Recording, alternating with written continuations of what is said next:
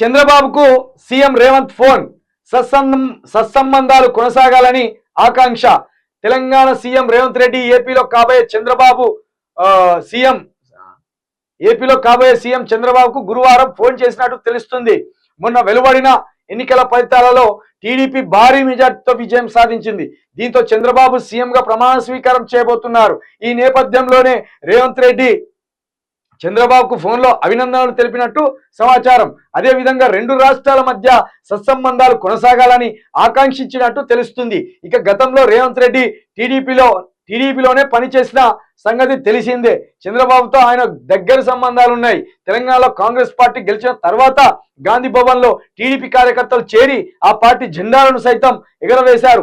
మరోవైపు రేవంత్ రెడ్డి ఇటీవల మీడియాలో మాట్లాడుతూ చంద్రబాబు పిలిస్తే ఆయన ప్రమాణ స్వీకారానికి వెళ్తానని చెప్పిన విషయం తెలిసిందే.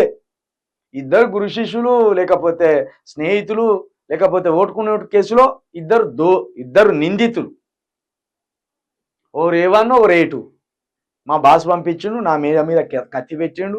ఇంకా చూడొచ్చు, ఆ వీడియో స్పష్టంగా ఉంటుంది. రేవంత్ రెడ్డి 50 లక్షల బ్యాగ్ పట్టుకొని పోయిండు కదా ఎమ్మెల్సీ దగ్గరికి. పోతే ఎక్కడి డబ్బులు ఆయన అడిగితే ఎవరు పంపించినంటే మా బాస్ పంపించిండు, నా మీద కత్తి పెట్టిండు. ఇది చాలా గుట్టుచప్పుడు కాకుండా జరగాలి, మేము ఎమ్మెల్సీలను కొంటుంది, ఎమ్మెల్యేలను కొంటుంది, ప్రస్తుతానికైతే 50 లక్షలు దగ్గర పెట్టుకోండి అని రేవంత్ రెడ్డి సూట్ కేసు పట్టుకొని పోయిండు కదా. మరి ఆ సూట్ కేసు పంపి చంద్రబాబు నాయుడే కదా. ఇంకా సంబంధాలు కొనసాగాలంటే ఇలాంటి ఇంకా మనం అనేకం చేయాలి సార్. మీరు నాకు మీరు సహకరించాలి. అదేవిధంగా మీ మీదనేమో స్కిల్ డెవలప్మెంట్కి సంబంధించిన కుంభకోణం ఉన్నది, నా మీదనేమో ఓటుకు సంబంధించిన కేసు ఉన్నది. ఈ రెండింటిని మోడీ దయ వల్ల మనం బయటపడాలి, లేకపోతే ఆగమైపోతాం.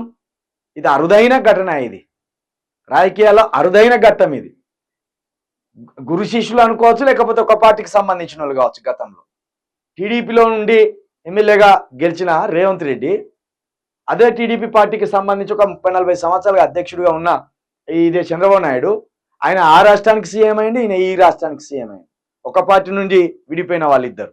మళ్ళీ పైగా ఒక పార్టీ నుండి విడిపోయిన వాళ్ళు ఆ రాష్ట్రానికి చంద్రబాబు నాయుడు, ఈ రాష్ట్రానికి రేవంత్ రెడ్డి అండి. మళ్ళీ వాళ్ళిద్దరే ఓటుకునే కేసులో ఉన్నారు. చూడు, ఇది అరుదైన ఘట్టం రాజకీయాల్లో. ఓటుకున్నోటు కేసుకు పురమాయించింది చంద్రబాబు నాయుడు, ఓటుకున్నోటు కేసులో ఇరుక్కున్నది రేవంత్ రెడ్డి. ఇద్దరు ముఖ్యమంత్రులు ఆయన లేఖకాలంలో. అరుదైన ఘట్టాలు ఇటువంటి ఆవిష్కరిస్తాయి. ఇద్దరు నిందితులే. అట్లున్నది. అంటే దొంగలు రాజ్యం వేలే అవకాశం వస్తుందంటే గిట్లనేమో.